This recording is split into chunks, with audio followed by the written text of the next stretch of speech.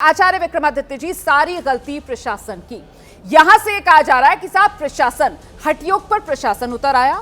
तरीका होता है बात करने का, और वो संत महात्मा व्यक्ति हैं, उनको श्रद्धालुओं के साथ कोई जिद जबरदस्ती तो थी नहीं। अगर प्रशासन विनम्र होकर उनसे कहता कि महाराज जी आगे भीड़ है, आप पालकी से उतर जाइए और पैदल चले जाइए, या पहले ही उनको कॉन्फिडेंस में ले लेता, तो ये स्थिति नहीं बनती। जानबूझकर प्रशासन ने विलन बनाने के लिए अभिमुक्तेश्वरानंद जी को ये पूरी साजिश रची है।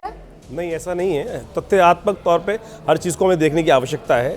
अभी 1 वर्ष पूर्व इतना बड़ा कुंभ हुआ, और उसी क्षेत्र में जहाँ पर ये घटना जहाँ पर ये पूरा कार्य हुआ है, उसी जगह पे बहुत सारे लोगों के साथ बड़ी स्थिति खराब रही उस पिछले कुंभ के अंदर। वही बात का आप जिक्र कर रहे हैं ना, अभी मुक्तेश्वरानंद जी कह रहे हैं यही मैंने आवाज उठा दी थी, इसी की सजा मुझे दी जा रही है, इसीलिए सरकार मुझसे नाराज है और बदले की राजनीति, बदले की कार्रवाई मेरे खिलाफ हो रही है। देखिए, मैं कहूँगा इस बात पे तो जब जो भी ये तो अलग अलग प्रलाप चल रहा है, जिस प्रकार से स्थिति को समझना चाहिए, तो आज वास्तविक तौर पर समझें कि अगर जिस पद पर वो विराजमान होने का दावा कर रहे हैं, उसके हिसाब से उनके साथ 4 पुलिस वाले हमेशा रहते हैं, और उन्होंने अनुमति दी। उन्होंने खुद कहा कि व्हाट्सएप के माध्यम से हमने सूचना भेज दी। सूचना नहीं भेजी जाती। और एक बात समझें, जो कुंभ स्नान है पैदल जाना चाहिए, पैदल।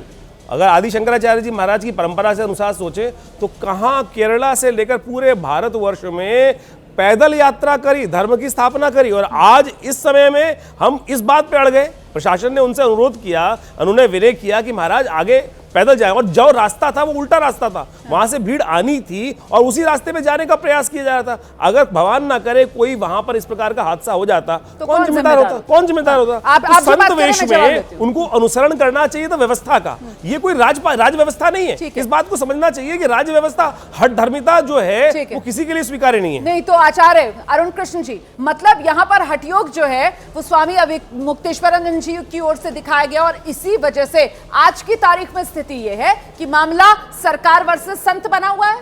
और ये देखिए आप किस तरीके से मेरे स्टूडियो में यहां संत समाज बटा हुआ है। शास्त्र कहते हैं कि प्रकृति क्रियमाणा निगुणे सर्व कर्माणि सर्वसा अहंकार विभूत आत्मा कर्ता हमित मन्यते। अहंकार विभूत आत्मा कर्ता हमित मन्यते। हमारे जो सामने देवमूर्ति जी, हम इनका बड़ा सम्मान करते हैं, लेकिन मुझे क्षमा चाहूँगा कि जब भी मैं इनसे मेरी वार्तालाप होती है तो मुझे इनके शब्दों में थोड़ा सा अहंकार का पुट दिखता है। और इसीलिए शास्त्र ने कहा कि कर्माणि प्रविभक्तानि स्वभाव प्रभुवे गुणे। मैं हाथ जोड़कर एक विनम्र निवेदन करना चाहती हूँ। एक सेकंड प्लीज, मेरी बात सुन लीजिए जरा सा। मैं हाथ जोड़कर एक विनम्र निवेदन कर रही हूँ, यहाँ पर व्यक्तिगत टिप्पणियों से बचिए। मैं कोई बात जो बोल रहा हूँ मुझे बोलने दीजिए। उसको यहाँ पर आकलन मत कीजिए। देखिए, आप लोग बोल रहे थे, मैं बोला नहीं, मुझे मेरी बात तो बोलने दीजिए। मैंने केवल ये कहा, सबकी आवाज बंद कर दीजिए जरा सा। वेदमूर्ति जी, मैंने आपत्ति दर्ज करा दी है। वेदमूर्ति जी, मैंने आपत्ति दर्ज करा दी है। प्लीज मेरा मान रखिए,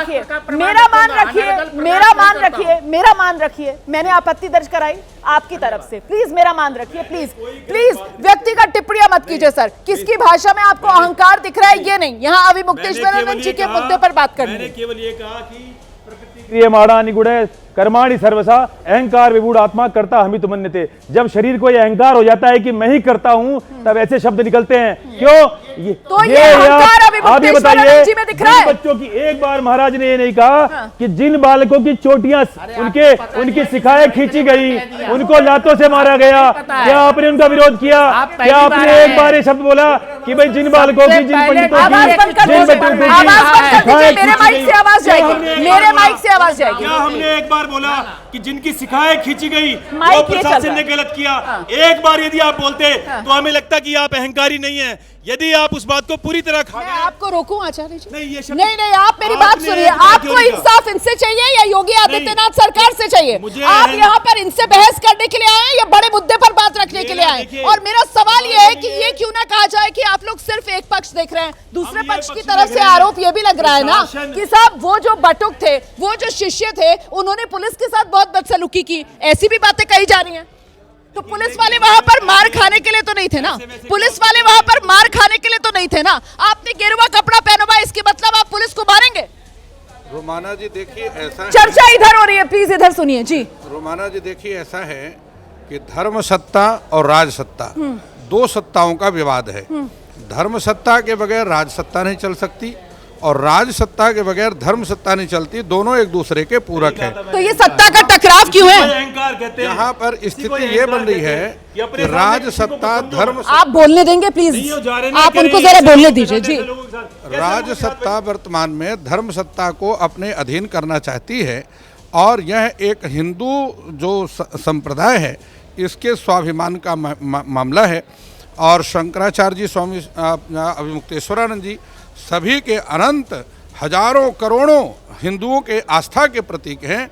उनके साथ जो व्यवहार किया गया वह बहुत निंदनीय है।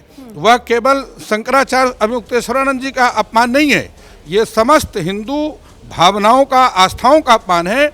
अच्छा है, देखिए गृह युद्ध की स्थिति पैदा हो जाए कि सारा संत समाज एक एकजुट हो करके और राज सत्ता के विरुद्ध आंदोलन करे।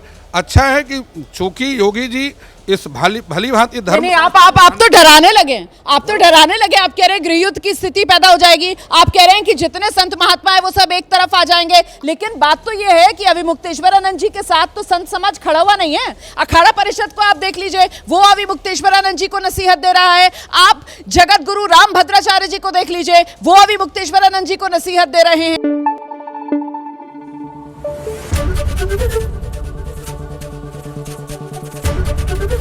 एबीपी न्यूज आपको रखे आगे।